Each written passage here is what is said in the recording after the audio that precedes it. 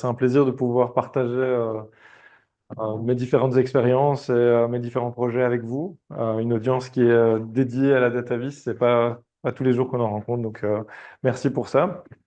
Alors aujourd'hui, j'ai choisi justement un sujet que j'ai pas toujours l'occasion de présenter, qui sont vraiment mes petits favoris, mes petits projets favoris que j'aimerais bien partager avec vous. Alors, l'idée des petits projets, c'est réellement pour moi un moyen d'explorer, d'innover, de- d'apprendre des nouvelles choses. Et je pense que d'une certaine manière, dans votre practice de data scientist ou autre, vous aurez intérêt à le faire aussi. Et je vais vous expliquer un peu pourquoi. Alors, tout d'abord, pourquoi les petits projets? En quoi c'est important? Pour moi, c'est un moyen de mettre en place un contexte qui est favorable au, au développement de nouvelles idées, à l'apprentissage de nouveaux outils. C'est aussi euh, une liberté qui est amenée par ces petits projets de prendre plus de risques, de ne pas avoir peur d'échouer parce que moins de conséquences associées. Souvent, c'est des projets perso qui ne nécessitent pas forcément de grosses pressions. C'est aussi un moyen de libérer sa créativité en mettant en place des moyens de casser un peu les règles établies. Grâce à ces micro-projets, on peut un peu sortir des sentiers battus. Alors, moi, de la manière dont je l'approche, c'est souvent sur des petits sujets, des petites choses, euh, des choses qui sont réellement, généralement. Donc, pour tout ce qui est comment je mets ça en place, c'est généralement sur des petits sujets, des choses qui sont réellement rapides à approcher, avec l'aspect où j'essaie de rendre les choses plutôt fun. Je vais m'attaquer à un nouveau projet parce que j'ai un intérêt dedans. C'est aussi l'idée de faire le focus sur l'exploration et non pas la perfection. L'idée d'un petit projet, c'est de découvrir de nouvelles choses et c'est vraiment un terrain de jeu pour l'innovation. Alors, le bénéfice que ça va vous apporter si vous approchez ces micro-projets, c'est de développer des nouvelles idées, des nouvelles méthodologies. C'est d'avoir une perspective plus neuve par rapport à certaines données, à la manière dont on peut les utiliser pour dire des histoires. Et de manière générale, moi, j'ai eu l'habitude d'utiliser ces micro-projets dans le cadre de soit développer des projets plus conséquents, ou alors de réutiliser des fragments de ces micro-projets dans des projets plus conséquents qui les rendent un peu plus sympas. Alors, avant tout, avant de vous parler de mes micro-projets, j'aimerais vous parler de moi. Je suis une personne visuelle, avant tout, il faut le savoir. En fait, j'ai besoin de schémas, de dessins pour comprendre une complexité, pour comprendre quelque chose de complexe, un concept élaboré. De la même manière, j'ai besoin d'un support graphique pour m'exprimer, pour véhiculer des idées qui me sont propres. Ça se traduit dans mon quotidien par des choses parfois un peu spéciales. Je vous en prie, c'est vous. Euh, donc, par exemple, quand il y a de ça quelques années, je cherchais un nouvel emploi, j'utilisais comme la plupart des gens un CV de ce type où je listais l'ensemble de mon éducation, l'ensemble de mes expériences passées dans le cadre de différentes boîtes. À l'époque, c'était un CV très académique où je listais l'ensemble de mes publications. Donc 4 pages très denses d'informations. C'est pas facile de retrouver l'information hors de tout ça. Et donc à l'époque, je me suis dit, bah, tiens, j'essaie d'appliquer un poste d'analytique. Pourquoi pas en faire quelque chose de beaucoup plus compréhensible et beaucoup plus visuel. Et donc j'ai réduit toutes ces informations à une page recto verso qui montre une série de graphiques qui en fait donne euh, à, à la personne qui m'interviewe potentiellement toutes les informations digérables en l'espace d'une minute ou deux, quoi. Alors, pour moi, c'est un exemple très, très parlant de ce que représente la data visualisation pour moi. C'est essentiellement un moyen de rendre les données compréhensibles, en fait, avant tout. Euh, alors, j'en profite aussi de repasser sur la ligne du temps pour vous expliquer un peu mon background. En gros, ce que vous voyez ici, bah, ma carrière depuis 2000, depuis l'an 2000, où j'ai commencé une licence en informatique. Ça, c'est ma formation de base. J'ai suivi, ensuite de ça, j'ai fait un doctorat à l'Université libre de Bruxelles pendant 4 ans à nouveau. Et ensuite, enfin, les courbes que vous voyez ici, c'est un peu l'approximation de mes courbes d'apprentissage, disons. Donc, vous voyez, au début, j'apprends pas grand-chose. Et puis, à la fin de ma thèse, j'ai mis le rush et j'ai appris plein de choses. Euh, et la courbe inverse, c'est pas un apprentissage négatif, hein, c'est juste la courbe d'intérêt liée à mon emploi.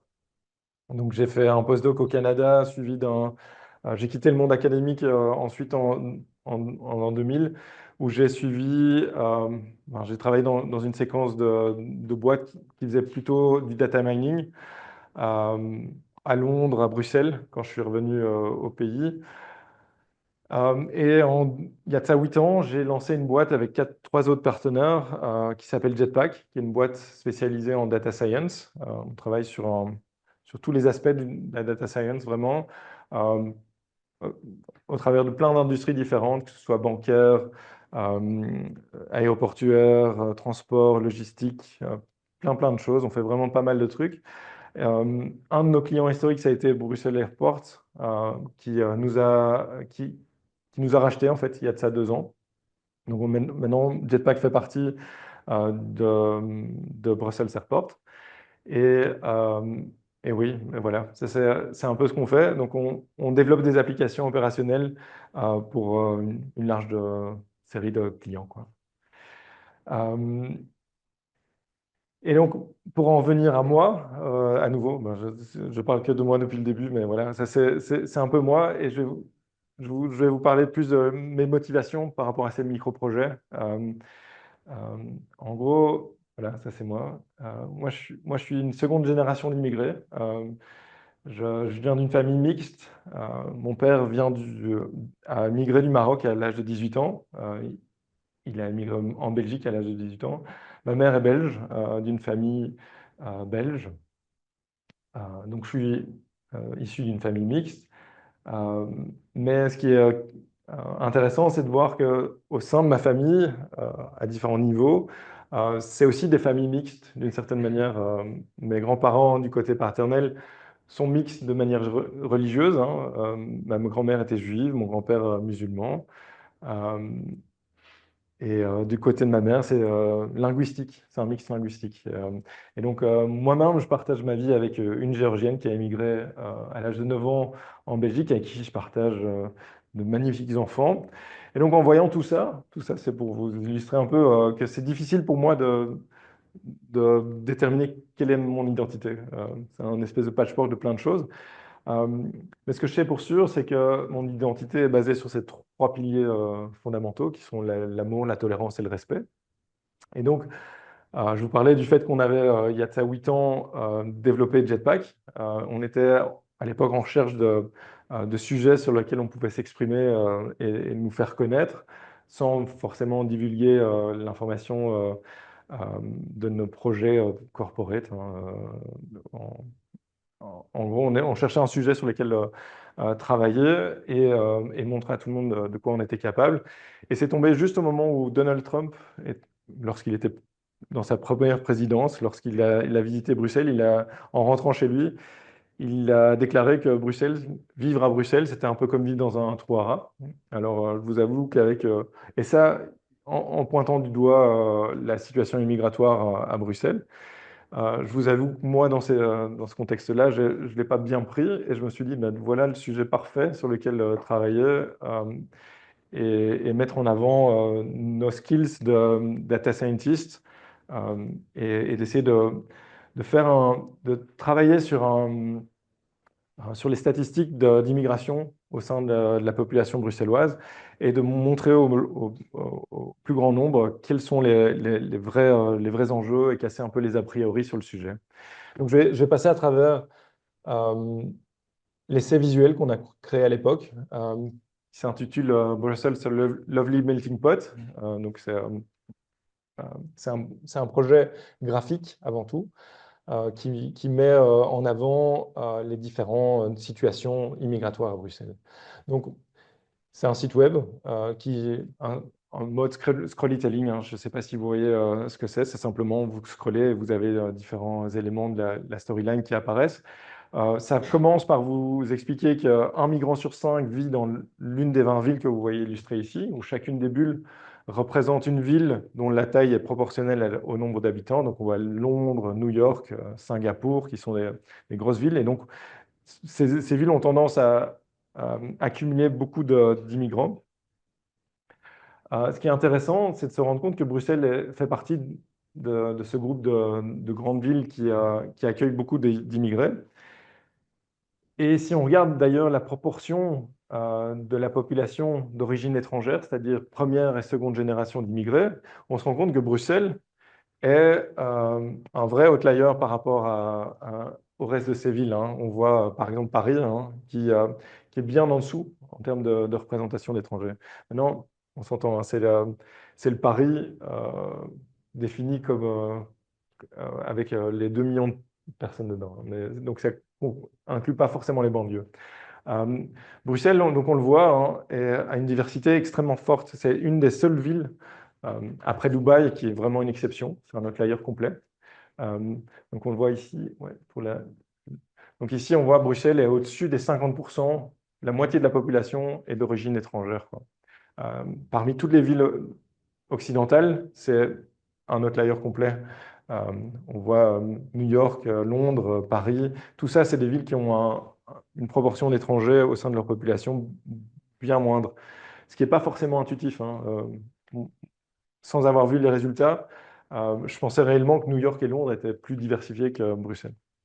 Donc Bruxelles a une caractéristique très particulière, quoi. Et donc l'idée, c'est de mettre le focus dessus, de voir au niveau de sa population. Donc Bruxelles a 1,2 million d'habitants. Donc ça, c'est une représentation complète de la population. Chacune de ces silhouettes représente 10 000 habitants. Et donc, il faut savoir que 6 résidents parmi 10 sont nés non belges. Donc c'est la partie blanche que vous voyez là. Donc c'est assez important comme proportion. Et qu'au fur et à mesure des années, il y en a 2 d'entre eux qui ont acquis la nationalité belge. Et donc il reste à ce stade 40% de la population de nationalité étrangère. Et donc, moi, je me suis demandé, OK, mais d'où viennent ces étrangers vivant à Bruxelles? Et c'est là que ça change un peu les perceptions. C'est qu'en fait, si on écoute juste les discours politiques sur le sujet, on ne s'imagine pas qu'en fait, 70% de la population étrangère, de nationalité étrangère à Bruxelles est en fait européenne. C'est bien au-delà de ce qu'on s'imagine juste en lisant ce qu'on voit dans les réseaux sociaux ou les accusations fallacieuses sur le sujet, quoi. Donc aussi, au niveau des continents, on voit que c'est essentiellement européen. Si on regarde sous les sous-régions, l'Europe des 15 représente la plus grande fraction d'entre eux. On voit le Maghreb ici, Nord d'Afrique, qui est quand même assez importante, mais sans plus. Et au niveau des pays, la représentation des pays, la plus grande diaspora, vous, vous le voyez, c'est les Français. 15% quand même, c'est pas rien. Vous êtes nombreux chez nous. Euh, et ce qui est marrant, c'est que dans le top 10 des pays, il y en a en fait 9 qui sont européens. C'est vraiment, enfin, on s'imagine pas ça quand, en fait, quand on entend parler de l'immigration euh, en masse à Bruxelles, quoi. Euh, et il se trouve que les Marocains ont perdu leur 3e place en fait depuis le Covid. C'est les Italiens qui ont gagné le palmarès. Euh, et donc Bruxelles, vous le voyez, c'est 184 nationalités représentées. C'est énorme, hein. C'est quasiment un microcosme, hein. C'est quand on sait qu'il y a 200 nationalités possibles, voilà, on a presque toutes les représentations de tous les pays. Euh, alors Bruxelles, c'est une diversité incroyable. Évidemment, il faut s'assurer que cette diversité, pour en bénéficier, soit proprement intégrée. Et c'est là que le bas blesse un peu. Euh, Parce que si on regarde où vivent ces personnes au sein de Bruxelles, on voit ici cette représentation qui est en fait où c'est ce qu'on appelle une dot density map. C'est une représentation qui montre un peu la densité de représentation de chacun de certains groupes ethniques. On a les Belges, les Européens des 15, les Nord-Africains. Chacun des points que vous voyez sur cette carte représente en fait une personne. Euh, et donc on voit par exemple les Belges vivent un peu partout dans le territoire, c'est uniformément réparti, avec une densité plus forte au centre quand même. Mais en gros, on les voit partout sur le territoire.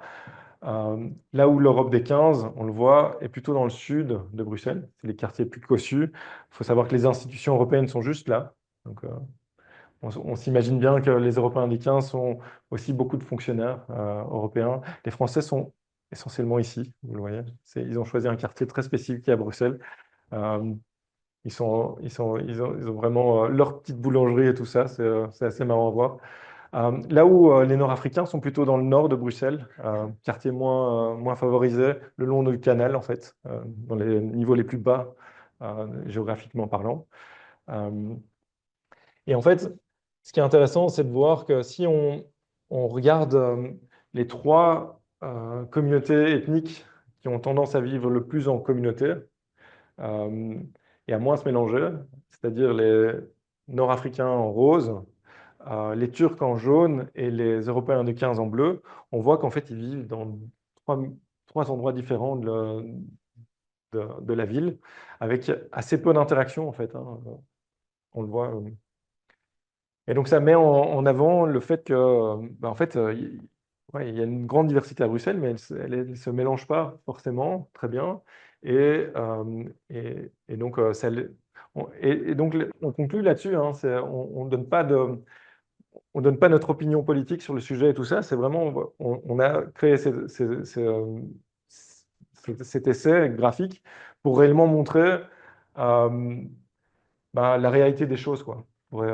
Pour qu'on casse les a priori sur le sujet, on construise nos idées sur la migration de manière factuelle, quoi, de manière objective. Et donc ça, c'était, bon, c'est pas un petit projet en soi, mais c'était mon premier. Donc ça m'a pris du temps, mais en soi, vous voyez, c'est un projet qui a été fait voilà, de manière personnelle. C'est un sujet je voulais montrer, qui m'est personnel aussi, et donc qui résonne beaucoup en moi, mais je me suis aperçu que ça résonnait énormément aussi au sein de la population, parce que, en fait, parler des étrangers à Bruxelles, ben, c'est parler quasiment 60% de la population. Donc, ça a bien fonctionné à l'époque. Et c'est ce qui m'a donné en fait l'envie de publier davantage, de visualiser d'autres choses sur des sujets aussi sociaux ou un peu random au fur et à mesure. Et donc, peut-être aussi, je vous disais que je suis une personne visuelle, et c'est réellement ma manière de m'exprimer le plus souvent. Je ne vais pas écrire un texte ou un tweet sur Twitter pour expliquer ce que je pense d'une chose ou d'une autre, mais je vais plutôt faire ça de manière visuelle. Euh, et il y a un jour où j'utilisais Twitter pas mal à l'époque pour m'inspirer, pour trouver des nouvelles idées, pour suivre des designers, des architectes et tout ça. Et parfois, il y a sur votre timeline des tweets de ce genre. Celui-ci, c'était celui de Lara Trump, donc belle-sœur de Donald Trump, qui postait ceci à l'époque de l'impeachment, hein, c'était en 2019, où elle disait bah, comment vous voulez c'est quoi la traduction de impeach en anglais, en français? Comment voulez-vous qu'on destitue Donald Trump quand on voit une telle carte remplie de rouge, c'est-à-dire de républicains votant Trump? Et donc, elle impliquait avec cette carte que la majorité des États-Unis votent Trump. Euh, alors, moi, en voyant ça, je me dis, mais c'est quoi ce crime visuel?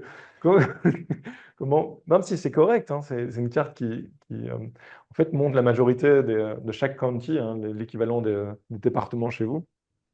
Euh, mais c'est juste qu'on ne peut pas utiliser ce genre de représentation pour essayer d'exprimer le vote populaire, quoi. Donc, ce que j'ai fait, c'est je me suis dit, Ok, bon là, j'ai dit à ma femme, je vais coucher les enfants. Tu vas me laisser ma soirée et je vais fixer un truc qui est incorrect sur Internet. Et donc, j'ai ouvert un notebook Observable. J'ai retrouvé les données de vote, une carte qui était déjà là.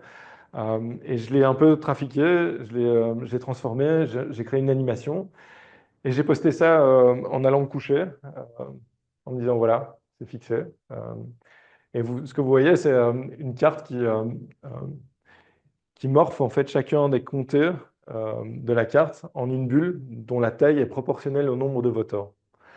Donc on voit que le centre des États-Unis, qui est pas très peuplé, hein, en fait, disparaît complètement. Donc tout le rouge disparaît. Les grandes villes qui explosent en termes de taille. Et, euh, et donc pour moi, c'est une représentation plus honnête du vote populaire américain. Euh, ce qui est fou, c'est que le lendemain, je me réveille et je vois mon téléphone avec des milliers de notifications. Euh, en une soirée, je gagne 10 000 followers sur Twitter, un truc absurde, et 28 000 personnes qui likent le truc. Ça se repartage dans tous les sens. Il y a Fox News qui en parle, un truc absurde, parce que c'est les premiers à utiliser ce genre de représentation pour, euh, pour tromper les gens, en fait, hein. Et le fait qu'ils repostent ma carte, qui en fait, enfin, j'ai pas compris pourquoi ils ont fait ça. Mais en même temps, il y a plein de Fast Company qui avaient reposté le truc, plein de presse locale qui avait fait ça. Euh, sur Twitter, les gens repostaient sans forcément créditer le travail, mais on le voit hein, ici, presque un quart de million de likes, pareil ici. C'est combiné tout, avec juste ces 6 posts, il y a plus d'1 million de likes. Donc, ça représente plus que 100 000, 100 millions d'impressions, en fait. C'est un truc absurde complètement. C'est le ratio travail, heure de travail et impact. Ça a été. Jamais je vais pouvoir reproduire ça, quoi. Mais tout ça, c'est pas pour me vanter. C'est vraiment pour vous montrer à quel point une image simple peut avoir un impact aussi fort. Euh, alors évidemment, enfin, la data vise en général, ça a un impact, peut avoir un impact démentiel, quoi. C'est cette faculté qu'a un visuel de percuter dans l'esprit et directement s'accrocher dans la rétine et pas la décoller pendant un temps. Il y a très peu de choses qui permettent de faire ça. Alors évidemment, créer quelque chose de simple comme ça, d'aussi accrocheur, c'est pas forcément simple. Et je voulais juste euh, vous montrer les petites techniques que j'ai utilisées. Bon, je vous ai dit que j'ai mis une soirée pour le faire, mais derrière, avant ça, il m'a fallu 10 ans d'expérimentation, de petits projets, justement, comme je vous le disais, avant de pouvoir réussir à le faire, hein. Mais bon, voilà, il faut commencer par quelque chose. Euh, L'idée, c'est de commencer petit, et vous arriverez probablement à faire des choses comme ça un jour ou l'autre. Ou vous l'êtes déjà, hein, je ne sais pas. Euh, mais donc l'idée, c'était, on démarre de la carte originale de Lara Trump. Il y a un vrai problème hein, avec ce genre de carte, hein.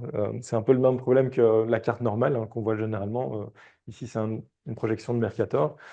Euh, qu'est-ce qui, selon vous, est problématique avec, quand on essaie d'associer des données avec une carte projetée comme ça? Est-ce que, est-ce que l'un de vous peut me dire la couleur du Luxembourg, par exemple? Compliqué. Ben oui, parce qu'elle prend à peine un pixel de la vue ici. Le problème aussi qui est fondamental avec ce genre de présentation, c'est que on a tendance à accorder plus d'importance à la Russie, par exemple, parce qu'elle est gigantesque sur cette représentation. Et de manière intuitive, en fait, l'esprit ou le cerveau va accorder plus d'importance à une surface plus grande dans la représentation. On a du mal à déconcilier ça.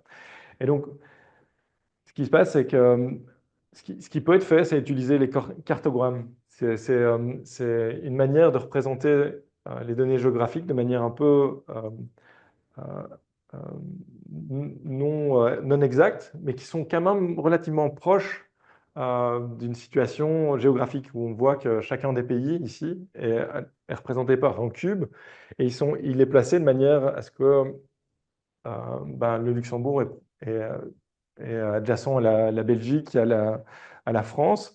Et donc, on conserve ces frontières, mais voilà, on a une représentation qui est un peu amorphe du monde. Mais à la fois, l'avantage, c'est que chaque pays, maintenant le Luxembourg, on peut voir exactement sa couleur, quoi. Chaque pays a la même aire et est représenté de la même manière, donc on n'a pas ce défaut de perception qui va accorder trop d'importance à des pays trop grands. Alors, c'est vraiment le même esprit ici. À la place de petits carrés, ben, on utilise des bulles et on va placer chacune de ces bulles au centre de l'aire, enfin, au centre des polygones qui représentent les comtés. Et d'un coup, quand j'ai fait ça, ça m'a pris vraiment 10 minutes. Bonjour. Ça m'a pris 10 minutes et déjà, j'étais satisfait avec cette image, quoi. Il y avait juste un problème, c'est le fait qu'il y a beaucoup d'overlap. Je vous en prie, allez-y. Il y a beaucoup d'overlap en fait ici. Il y a beaucoup de petits comtés qui ont une forte densité de population, mais qui sont tous les uns à côté des autres. Alors, pour remédier à ça, ben, en fait, il y a D3, une librairie de JavaScript graphique, euh, qui fournit une série d'utilitaires, dont par exemple les Force Layout Simulation, qui permettent de définir pour chaque bulle un centre, une target où il va essayer de s'approcher le plus possible. Et on rajoute des contraintes de non-overlap.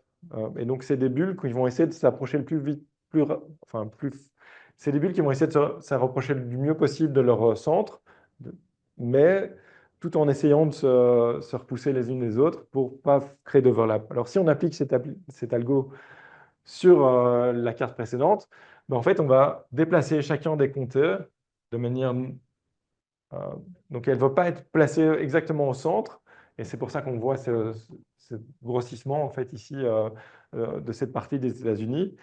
Euh, mais, euh, mais maintenant, en fait, chacun des pixels rouge et bleu, le ratio entre les deux, va exactement correspondre au ratio, euh, euh, du vote populaire. Et donc, on a une vue qui ressemble un peu aux États-Unis. On arrive quand même à reconstruire les États-Unis là-dessus. On comprend que c'est les États-Unis, même si c'est un peu amorphe, quoi. Et alors, une, des ét- une étape qui rajoute un peu de drama euh, dans le, euh, la transition, c'est rajouter en fait ce morphing de chacun des comtés en une bulle en utilisant en fait un algo de morphing. Donc on part d'une bulle, on peut aller vers n'importe quelle forme de manière euh, euh, propre et animée. Et donc en faisant ça, on repart exactement de la même représentation qu'utilisait Lara Trump. Et en fait, on modifie, on transitionne en fait vers une représentation qui est différente. Et donc ça permet de ne pas devoir expliquer en fait que chacune des bulles c'est un comté, que c'est placé. C'est induit en fait. Et je pense que c'est ça qui a fait le succès de cette visualisation. C'est vraiment le côté animation et un peu hypnotique, hein, en fait. Qui a fait que ça a fonctionné. Pas de texte, rien du tout, c'est juste une image, quoi. Alors, ce qui est fascinant, c'est que, comme je vous le disais, ces micro-projets, parfois, trigger d'autres choses, quoi. Et, euh, et CBS News, en fait, a remarqué le travail à l'époque.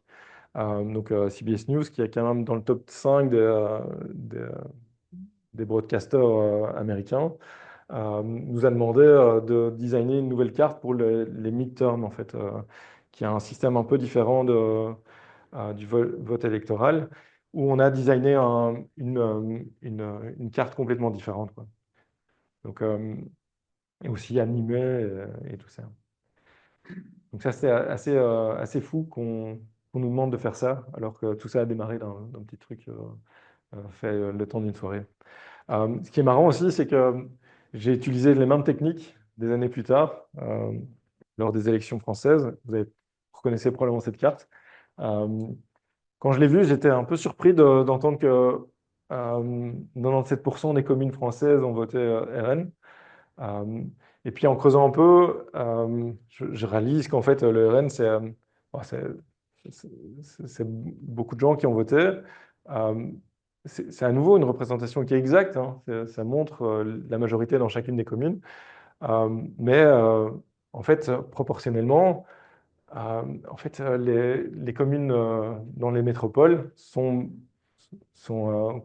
contiennent plus d'habitants. Et donc, ce que j'ai fait, c'est j'ai réappliqué la même chose euh, avec ceci. Et donc, on voit Paris qui explose en termes de représentation et toutes les métropoles avec la diagonale du vide, comme les géographes aiment l'appeler. Euh, et donc, voilà.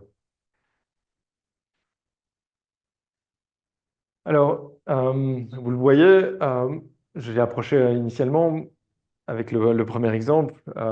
J'aime beaucoup choisir Bruxelles comme un terrain de jeu. Dès que je vois des données sur Bruxelles, j'essaye d'en faire quelque chose parce que voilà, je me rends compte qu'en fait, on, en appliquant, j'aime bien lier l'utile au pratique. Euh, donc, c'est pas ça que l'utile et l'agréable, voilà. Et, Et donc, en fait, voilà, dès que je peux, je fais un micro-projet sur Bruxelles. Ça permet de, à la fois, moi, explorer de nouvelles choses et d'avoir potentiellement, d'attirer l'attention sur des aspects sociétals intéressants sur ma ville, en fait, hein. Et donc, parfois, quand je tombe sur des news de ce genre, donc ça, c'est un article de la RTBF, qui montre qu'en fait, il y a une action citoyenne qui a catégorisé toutes les villes de Bruxelles portent le nom de personnes. Et ils ont déterminé qu'en fait, 6% seulement des rues bruxelloises qui portent le nom d'une personne sur- sont, euh, sont des noms de femmes, en fait. Donc 6%, c'est pas beaucoup. Et je vois cette carte et je me dis, waouh, c'est quand même dingue le boulot qui a été fait. C'est quand même 60 volontaires qui ont été listés l'ensemble des rues, vérifier sur Wikipédia qui était la personne associée, est-ce que c'était un homme, une femme, avec d'autres caractéristiques. Et je trouvais que juste ce 6%, c'était choquant, mais en même temps, voilà, il y avait peut-être moyen de faire mieux et davantage pour mettre en avant ça. Alors du coup, ce que j'ai créé, c'est ce petit visuel euh, qui, pour moi, à nouveau, c'est une petite chose, hein. En gros, on prend les rues de Bruxelles. Donc, ce n'est pas toutes les rues de Bruxelles, c'est seulement les rues qui portent le nom d'une personne. Et elles sont color-codées en, en- en bleu ou rose en fonction de leur genre. Donc, on voit ici l'avenue Louise, par exemple, je ne sais pas qu'est-ce qu'elle a fait, mais elle, est- elle porte le nom de cette rue. Et donc, en fait, ce que j'ai fait, c'est juste reshifter l'ensemble des rues et les ordonner sur base de leur longueur. Donc c'est une représentation un peu bizarre, mais ça met en avant à la fois le fait qu'il n'y a que 6%, donc on voit la proportion, mais aussi ça met en avant le fait que généralement les grands boulevards, les grandes avenues, les, euh, ouais, les grandes rues en fait sont généralement réservées aux hommes, là où des petites rues, des cul-de-sac, ce genre de choses sont plutôt réservées aux femmes. Euh, donc il faut croire qu'après tout, la taille compte. Euh, mais donc voilà, ça c'est un petit micro-projet. Je trouvais que en faisant ça, ça mettait en avant le travail qui avait été fait par cette action citoyenne. Je trouvais ça sympa aussi de se dire, bah, en fait, les citoyens, pour faire changer les choses maintenant, bah, font des actions qui ne sont pas juste sur base des arguments, d'argumentation avec le politique. C'est vraiment se dire, bah, voilà l'état des choses, ça a été vérifié, voilà la méthodologie, voilà comment on l'a fait. euh, et voilà les données associées. Et donc, ça laisse plus place à une argumentation qui soit autoritaire. C'est basé sur les faits. Et pour argumenter contre, ça devient difficile. Un autre exemple, à nouveau sur Bruxelles, c'est je cherchais des informations sur. Enfin, je suis tombé sur ce site régional où j'apprends qu'en fait, l'Organisation mondiale de la santé dit qu'en fait, le bruit représente la deuxième plus grande menace environnementale pour la santé en Europe. J'apprends ça et ensuite, il y a un lien vers cette carte, la carte du bruit. En gros, c'est un modèle qui a été appliqué avec des validations sur le terrain. C'est une carte qui montre à quel point certaines régions de Bruxelles là, est bruyante. Donc on voit, hein, c'est une échelle avec des décibels. Euh, Et, euh, et donc, on se rend compte que voilà, on n'est pas tous égaux par rapport à cette pollution sonore. Et donc, en voyant ça, je me suis dit, en creusant un peu, je réalise en fait qu'il y a 8 personnes qui travaillent dessus depuis des années. Et voir ça, enfin, voir ce lien dans le fin fond d'un site gouvernemental, je trouvais ça un peu dommage. Et donc, du coup, ce que j'en ai fait, euh, je vais le retrouver ici.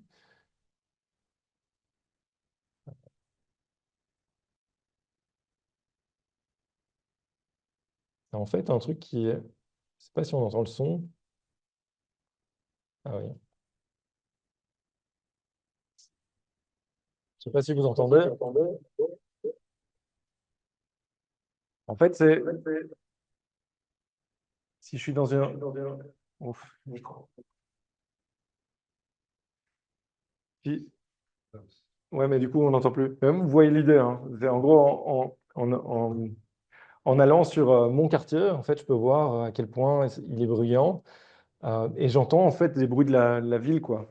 J'entends les avions, les, les, euh, les trams et ce genre de choses. Et je me rends compte à quel point euh, ma rue ou la rue de mon voisin ou de ma sœur qui habite plus loin ici, je peux en fait prendre davantage conscience de la problématique et aussi du fait qu'en fait on n'est pas égaux par rapport à cette pollution.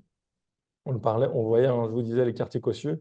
On le voit ici, hein, c'est aussi les moins bruyants, les moins pollués de manière générale aussi. Euh, et donc voilà, je trouvais que c'était une bonne manière de mettre en avant ce travail qui a été fait, travail public hein, qui est important, avec un moyen de data sonification hein, pour le cas, pour ce coup-ci, qui est beaucoup plus ludique, qui permet de rendre ça beaucoup plus personnel aussi, puisque les gens vont avoir tendance à d'office zoomer sur leur quartier et essayer de comprendre la dynamique, quoi. Euh, Petit projet à nouveau sympa. Je l'ai fait pour Paris aussi. Au final, ça a mené vers un projet plus important. C'est une association euh, Possible, en fait, qui est basée à Londres, qui a pour mission de réduire justement enfin, de sensibiliser par rapport à ces problématiques de bruit.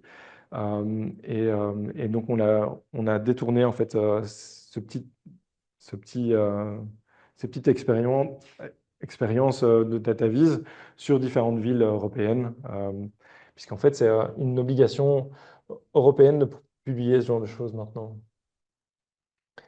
Donc voilà. Si tout ça vous intéresse et vous voulez en apprendre plus sur Bruxelles, on a écrit deux, trois articles avec Médor, qui est un journal indépendant d'investigation, euh, avec des choses beaucoup plus euh, travaillées sur les aspects d'inégalité à Bruxelles. Je vais vous montrer un petit exemple hein, où c'est assez interactif. On essaie de vous faire deviner sur base euh, le niveau de précarité sur base de votre quartier et de comparer ça au reste de Bruxelles. Et donc, c'est un truc assez immersif où on comprend mieux sa ville. C'est devenu, c'est une centaine de données publiques mises ensemble qui permettent de mieux comprendre toutes les interactions. Je vais vous montrer une série d'animations qui ont été créées pour comprendre les liens entre la précarité et différents autres métriques socio-économiques. Et donc, c'est assez ludique. Et à la fois, c'est des sujets ouais, sensibles où on augmente en fait ces données statistiques avec des avis d'experts. Mais bon, c'est extrêmement long. Euh, je vous invite à aller le voir si ça vous intéresse. Alors, pour en revenir à mes petites mes expériences, mes petits projets, de temps en temps, j'aime bien en fait découvrir de nouvelles choses. Et je me suis dit, bah, tiens, la 3D en visualisation, c'est toujours un truc un peu tabou. On vous dit toujours éviter les bar charts en 3D, ce genre de choses. Et, enfin, je suis d'accord avec ça. Ne faites pas de bar chart en 3D, c'est pas nécessaire. Par contre, il y a des aspects d'outils 3D qui m'ont pas mal, qui m'ont pas mal titillé à l'époque. En particulier, le fait que Souvent, les data viz, c'est fait avec D3 ou d'autres choses qui dépendent des D3. Donc, en gros, ça crée des SVG dans le browser. Vous êtes vite limité par le nombre d'éléments graphiques que vous pouvez mettre visibles. Donc, on est à 1 millier et après, ça devient compliqué. Vous pouvez passer à Canva qui vous permet de générer, visualiser 10 000 peut-être choses, mais ça devient plus complexe. Et puis, ce qui est fou avec la 3D et des outils comme 3GS ou d'autres choses, c'est qu'à ce moment-là, vous pouvez visualiser 10 fois, 20, 100 fois plus de données. On parle de 1 million, 10 millions d'éléments graphiques que vous pouvez disposer pour créer des visuels, ce qui est un peu fou. Et donc, je me suis dit, bah, tiens, pourquoi pas essayer d'explorer ça? Et donc, vous voyez par exemple ici, c'est un de mes premières expériences que j'ai fait avec 3GS, qui est enfin, ce qui vous permet de faire des choses graphiques en 3D avec du JavaScript. Donc, si vous connaissez un peu JavaScript, c'est le bon moyen de faire des choses visuelles. Ce que vous voyez ici, c'est en fait les anomalies de la surface du globe au cours des années. Donc, ça va de 1890 à 2020. Et donc, j'ai joué un peu avec la- l'élévation pour montrer les changements climatiques élevés. Et donc, on voit la bulle. Bon, ça s'était fait complètement qui vous rend un peu dizzy. Ça donne la nausée, hein, un peu comme le sujet. Mais voilà, c'était une expérimentation. C'était aussi l'idée de créer des small multiples où on voit la séquence qui commence à devenir de plus en plus claire. Bon, je ne sais pas si c'est une bonne représentation, mais voilà, ça a le mérite voilà, de changer des choses qu'on voit habituellement avec des line charts. Il y a tellement de représentations de ce même sujet que je me suis dit, OK, essayons peut-être de faire quelque chose d'innovant qui soit pas forcément idéal qui n'aide pas forcément la visibilité, mais qui donne le message, quoi. Euh, j'ai utilisé la 3D aussi dans ce contexte-ci, hein. Ici, c'est les microfleurs en 3D que j'anime et qui montrent en fait l'évolution de la représentation des femmes dans le Parlement européen. Donc on voit qu'au début, donc ça c'est le Parlement européen, le nombre de sièges a grandi au cours des années et la proportion des femmes a augmenté au fur et à mesure des années. On est parti de, je crois que c'était 17%, on arrive à 40%, donc on est loin du compte en termes d'égalité, mais on avance de petit à petit. Euh, Grosse erreur quand même de ma part ici, représenter les femmes par des petites fleurs, c'est généralement pas l'idéal. Je le conçois, mais je cherchais un truc en 3D avec la représentation du Parlement et je m'étais dit, mais comment représenter les femmes là-dedans? Je ne vais pas mettre juste des bulles d'une couleur différente. Et donc j'essayais en plus de trouver une sorte de métaphore, l'épanouissement des femmes et tout ça. Mais voilà, voilà, j'ai cassé pas mal de règles et je m'en excuse. Euh, la même chose, 3D, dès qu'on a une idée qui me passe par la tête, je l'implémente et que ça ait du sens ou pas, bon, c'est pas grave. Mais j'avais dans cette idée de se dire, ben voilà, en fait, je suis tombé sur un dataset qui montrait en fait la population sur la grid latitude-longitude. Et donc je me suis dit, bah tiens, en fait, si on regarde juste la latitude, non, je sais plus, je me confonds toujours. Euh, Latitude, ouais. Latitude, ouais, effectivement.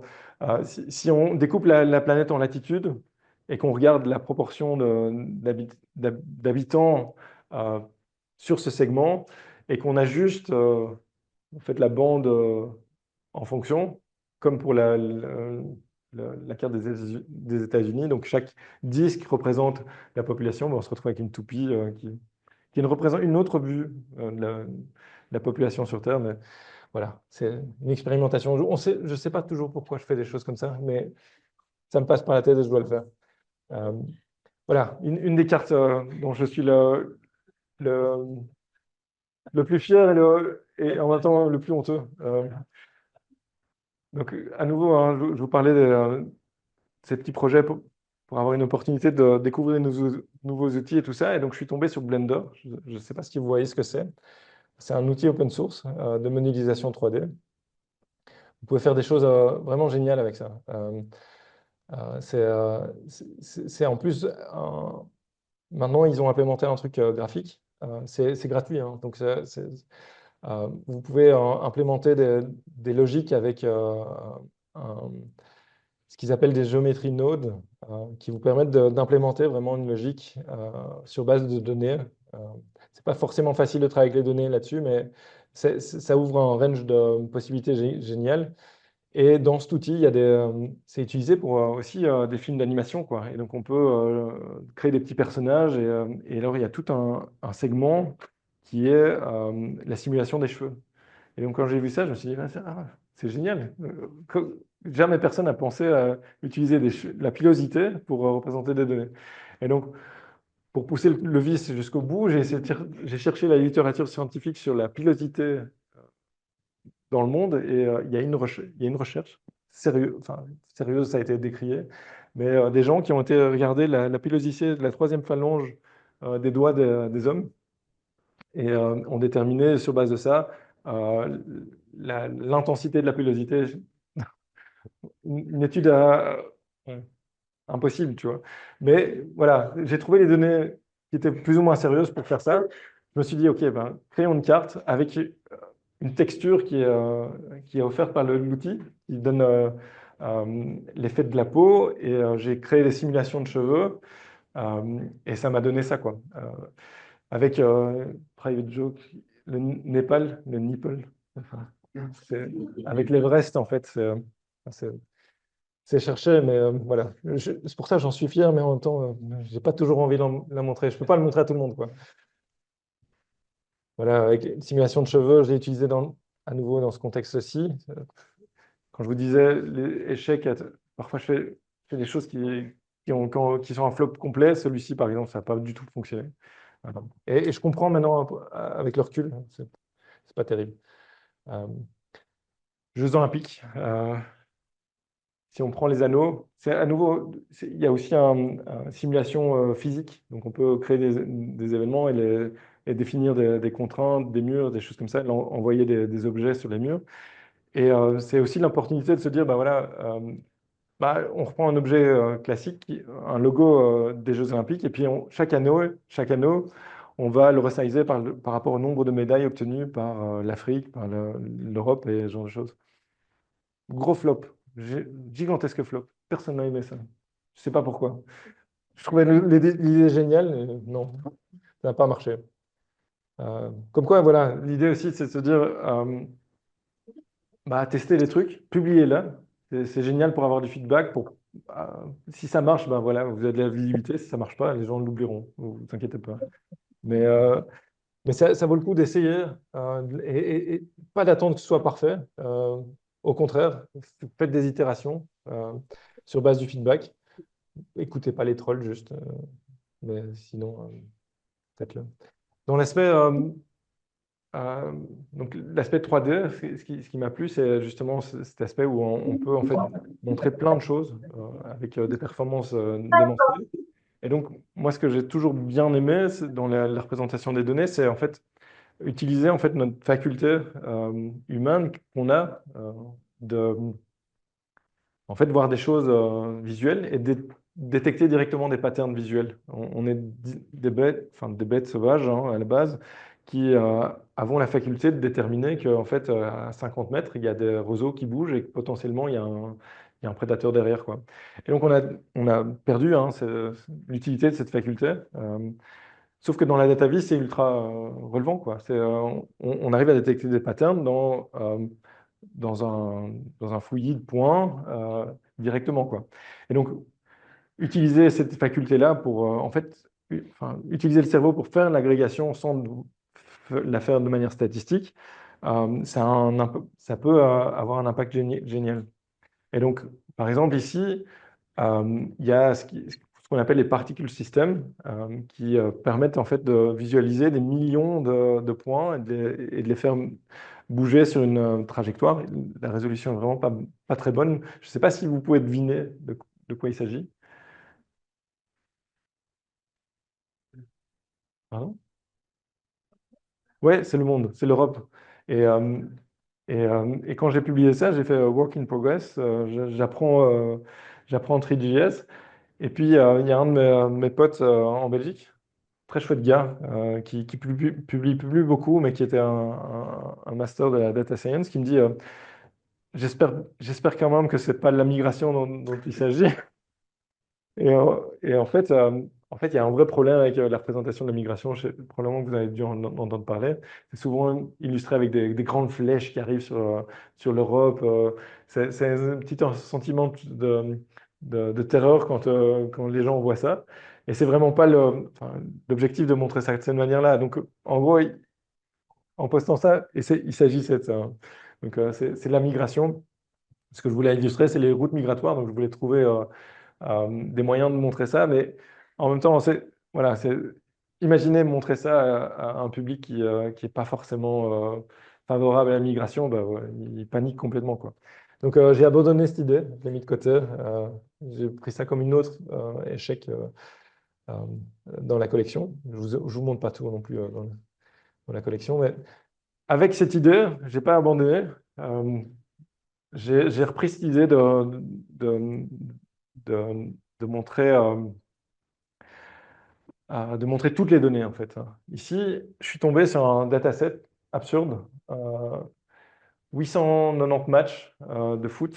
Euh, il y a eu une collection de toutes les données, toutes les passes qui ont été faites dans 890 matchs de foot. Donc, il y a apparemment des Indiens, une boîte indienne, qui a, à mon avis, a fait ça à la main à l'époque, qui a recensé toutes les passes et la position des passes, l'origine, la destination de toutes les passes de 890 matchs, donc World Cup, Ligue des Champions, tout le bazar, hommes-femmes aussi. Et au total, il y a pas loin de 1 million de passes qui a été recensé. Et donc, je me suis dit, ouah, pourquoi? Et bon, je me suis dit, ok, génial, j'ai un sujet pour mon idée de particules. Et donc voilà, vous voyez, 1 million de passes simultanées avec toujours le sens de l'attaque dans la même direction. Pourquoi j'ai fait ça? Je ne sais pas. Pourquoi c'est utile? Je ne sais pas non plus. Et en fait, c'est pas important. Euh, Aussi, j'étais fasciné par ce dataset et j'en ai fait d'autres choses. Il y a un peu d'agrégation. En gros, je ne sais pas si vous voyez les cartes météorologiques de vent. En gros, c'est pour chaque point, il y a un vector field. C'est une direction avec une intensité. Et en fait, simplement, si on résume toutes les passes qu'on a vues avec pour chaque mètre carré, un vecteur d'intensité, c'est-à-dire euh, la longueur moyenne de la passe et la direction moyenne, et vous mettez ce vector field et vous lancez des particules, vous avez cet effet, vous laissez des traces aux particules, vous avez cet effet où il y a une sorte de vent qui se génère. Et, voilà, je trouvais ça très joli, mais à quoi ça sert de nouveau? Pas nécessaire de savoir. Euh, pour représenter à nouveau chose graphique en 3D, dans mes aventures d'analyse de données à Bruxelles, hein, on voit le, le Pentagone bruxellois, le centre-ville bruxellois. Chacun des éléments que vous voyez sont des bâtiments. Alors, ce n'est pas l'élévation correcte. Elle est associée en fait à, à la difficulté de trouver du logement dans certains quartiers ou l'inaccessibilité du logement par rapport à certains quartiers. Donc en fait, on a des quartiers cossus. Vous voyez un peu les quartiers près d'un parc ultra sympa. Tous les appartements ici autour sont impayables pour la majorité de la population. Ils sont super hauts. Là où le bas de la ville, euh, quartier des Marolles en Belgique, près de la gare du Midi, on le voit, presque à fleur de enfin, des petits bœufs. Donc à la fois ça je l'ai jamais publié. C'est un truc je voulais le publier, mais c'est comment expliquer ça au grand public, c'est un peu compliqué. Euh, mais graphiquement je trouvais ça génial. Euh, et voilà. Donc l'apprentissage de nouveaux outils comme ça et la mise en contexte dans dans ce genre de sujet, ben, ça peut parfois fonctionner, quoi. Euh, Oui, l'idée aussi, c'est d'essayer dans ces petites expériences qui marchent beaucoup, je trouve, et ce qui facilite euh, l'accroche, c'est d'utiliser le sujet dans la visualisation. Un exemple tout bête, hein, on l'a vu ensemble, c'est quand on parle de population, bah, pourquoi pas utiliser des petits personnages, quoi. C'est plus simple pour l'audience de réaliser de quoi on parle. Euh, mais à la fois, ça peut se détourner avec ce genre de choses aussi, où quand on essaie de montrer la fréquence de, de nouveaux bébés qui portent le nom, mon nom, on le voit aux États-Unis, hein, ben on voit que c'est en croissance, donc c'est devenu de plus en plus euh, euh, populaire. Et donc, en gros, c'est un site où on peut taper le nom de tout le monde. Alain. On peut voir Alain aux États-Unis, eh ben, on va switcher en France, par exemple. Là, c'est beaucoup moins populaire. Ouais. Et donc l'idée ici, c'était d'utiliser la typographie, mais il y a un nouveau field en typographie qui est génial, je trouve, c'est les variables, les typographies variables. En fait, on peut ajuster. Il y a certains designers qui arrivent à faire ça maintenant. C'est assez neuf dans le domaine typographique. On peut ajuster la hauteur, la largeur, l'épaisseur des traits d'une police sans devoir avoir toutes les variations. Parce que souvent, les typos, on a la version bold, medium, tout ça. Et en fait, il y a un nouveau fil qui est plus programmatique où en fait, on peut ajuster des variables et donc, du coup, j'ai vu ça et je me suis dit, OK, c'est un médium qui pourrait être génial pour représenter de la donnée, quoi. Comment utiliser de la typographie pour représenter de la donnée? Et donc, un sujet, généralement, dans ce genre de petits projets, si vous voulez que ça prenne de l'ampleur et que les gens s'y intéressent, il faut le rendre personnel. Alors, il n'y a rien de plus personnel que de taper son prénom et de voir s'il a été populaire ou pas, quoi. Et donc, sur base de ça, j'ai créé cette chose qui montre en fait à la fois la courbe, hein, et enfin, le prénom lui-même, et on peut enlever la courbe, hein, et toujours avoir cette impression. Euh, on voit le nom, le prénom encode lui-même sa popularité, quoi. Je trouvais ça méta comme description. Et alors, je casse le code que si vous êtes en data viz, vous savez que vous ne devez pas casser les axes, quoi.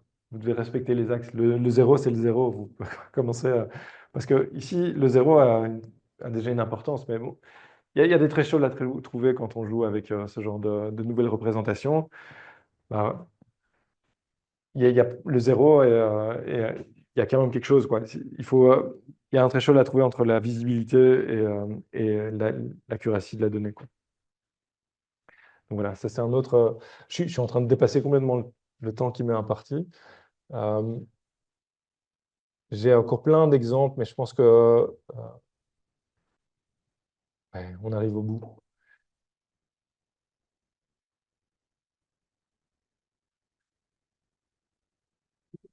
Ah, j'en ai encore quelques-uns que je peux vous partager. Ça, c'est une autre exploration qui a beaucoup moins fonctionné. C'est à nouveau, ici, c'est une police qui, elle, gère la largeur.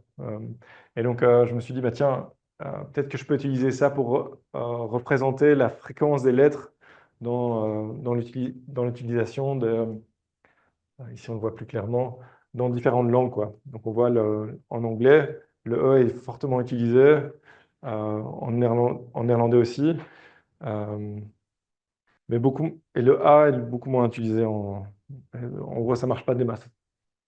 Un nouvel échec. Mais bon, voilà, il faut tester les trucs pour voir si ça fonctionne ou pas, et ça vaut le coup d'essayer, quoi. Euh, Ici, à nouveau, dans l'esprit méta 3D, j'utilise une représentation en tornade sur un sujet qui traite des tornades. Donc, Ici, c'est pour montrer qu'en fait, le nombre de tornades augmente d'année en année aux États-Unis. Euh, et on voit chacun de ces segments représente une année accumulée de tornades. Le rayon de cet arc représente le nombre. Donc, plus il est large, plus il y en a. Donc on voit cette progression où ça doit être de plus en plus grand. Évidemment, je triche énormément avec la perception. Et donc je me mets bien en bas pour essayer de gonfler les trucs. Mais en même temps, je mets une... ça, c'est la même vue, hein. Cette ligne, en fait, on la voit, elle augmente d'année en année. Elle est moins visuelle que ceci, mais, euh, mais voilà. C'est pas la meilleure manière de le représenter, mais c'est juste fun de voir qu'on peut représenter des données sur les tornades avec une tornade, quoi. Je trouvais ça fun. C'est débile. Mais voilà. Euh, à nouveau, euh, un autre exemple qui montre la fréquence d'utilisation des lettres dans le texte anglais. Et donc j'utilise ce Voronoi, Voronoi Trimac, je crois que ça s'appelle, où on voit chacune des représentations, chacune des aires des lettres représente une lettre, et donc l'aire représente la fréquence. Donc en gros, le A est fortement utilisé, là où le K n'est pas du tout. Et donc du coup, j'ai eu l'idée d'en faire un keyboard, je sais pas, si ça se trouve, un industriel va un jour le mettre et on pourra écrire super vite avec. Je sais pas, on pourra tester. Euh, L'idée, c'est vraiment d'être créatif par rapport à ces projets. Faut vous lâcher, voilà, faut pas avoir honte de présenter et de le montrer. Il y aura des flops, c'est clair.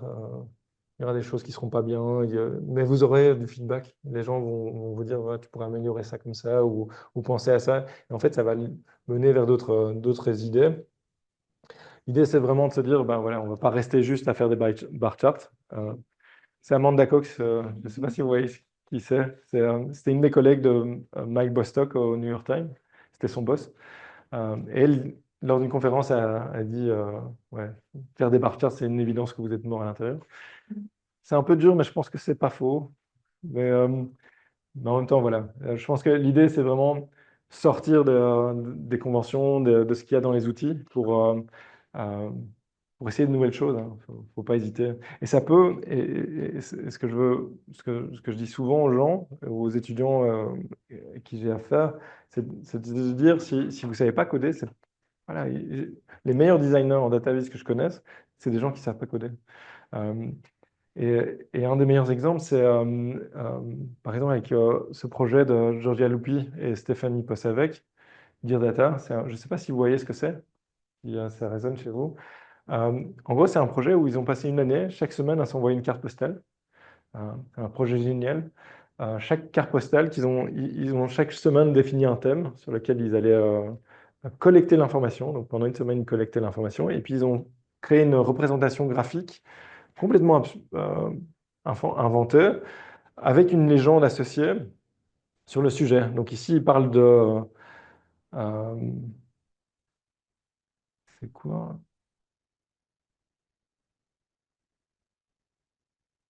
Le nombre de fois qu'ils ont regardé une horloge, je crois. Euh, et par exemple, ici, c'est le nombre de fois qu'ils ont entendu des rires. Et vous voyez, les représentations sont chaque fois complètement différentes. Et c'est parfois difficile à lire, hein, et c'est approximatif puisque c'est dessiné à la main, mais je trouve que c'est d'une créativité hallucinante et c'est presque une poésie graphique, quoi. Je trouve que c'est génial. Et ça m'inspire énormément. Et ils n'ont pas codé quoi que ce soit, hein. C'est même genre que Mona Chalabi. Elle crée ses graphiques au Guardian. Elle a gagné, je crois, un Pulitzer, équivalent du Pulitzer, je crois, euh, avec des graphiques qui sont dessinés avec les marqueurs de mes enfants, quoi, sur les feuilles qu'on utilisait quand on faisait les fiches à l'UNIF. Enfin, c'est des trucs, et c'est toujours un peu percutant sur les sujets, surtout, un peu provoque, mais je trouve que c'est génial. Et ça m'a inspiré pour en fait rendre les données un peu plus humaines. Parce que Vous voyez, ceci et ceci, c'est la même chose. Ça montre la cause de mort aux États-Unis au cours du temps, donc de 1990 à nos jours, et en fonction de l'âge. Si vous passez 50 ans, la plus grande cause de mort chez les femmes autant que chez les hommes, c'est maladie cardiovasculaire. Avant ça, c'est quand vous êtes jeune, bah, c'est essentiellement accident de la route. Et alors, entre 35 et 40 ans, c'était le breast cancer pour les femmes qui s'est transformé, enfin, c'est la première cause hein, donc, de mort, qui s'est transformée vers l'abus de drogue, là où les hommes c'était HIV avant, suicide et puis drogue pour les jeunes entre 25 et 40 ans. Euh, mais du coup, c'est beaucoup plus sensible, quoi. On comprend très vite de quoi il s'agit. C'est beaucoup plus difficile avec ce genre de représentation de s'attacher émotionnellement par rapport à ça. Et donc, aller chercher de l'inspiration depuis des gens qui ont des compétences différentes, c'est super utile. Vous, vous avez eu Gabriel Mérite, je pense, invité ici aussi. C'est le genre de truc qui m'a inspiré pour un autre projet où je me suis dit, bah, tiens, elle utilise beaucoup de collages, donc des images euh, anciennes, réadaptées, stylisées, tout ça, pour représenter les données. Je me suis dit, tiens, c'est l'opportunité avec les données que Medom avait filées, qui étaient des données c'était un survey sur la condition des étudiants en médecine. Du coup, on voit des images liées à tout ça avec euh, ouais, le- mon idée, c'est essayer de reproduire le travail que je voyais de ces data designers, pour la plupart, qui rendaient les choses beaucoup plus agréables et beaucoup plus euh, artistiques, en fait. Euh, c'est un boulot ultra difficile. Enfin, je pensais pas que c'était si difficile de faire ça. Et franchement, je pense pas que je le referais. Ça demande trop d'efforts pour moi. Mais, euh, mais c'était un bel exercice. Et donc voilà, je conclue là-dessus. Je vous ai montré tout ce que j'avais presque sous le manteau.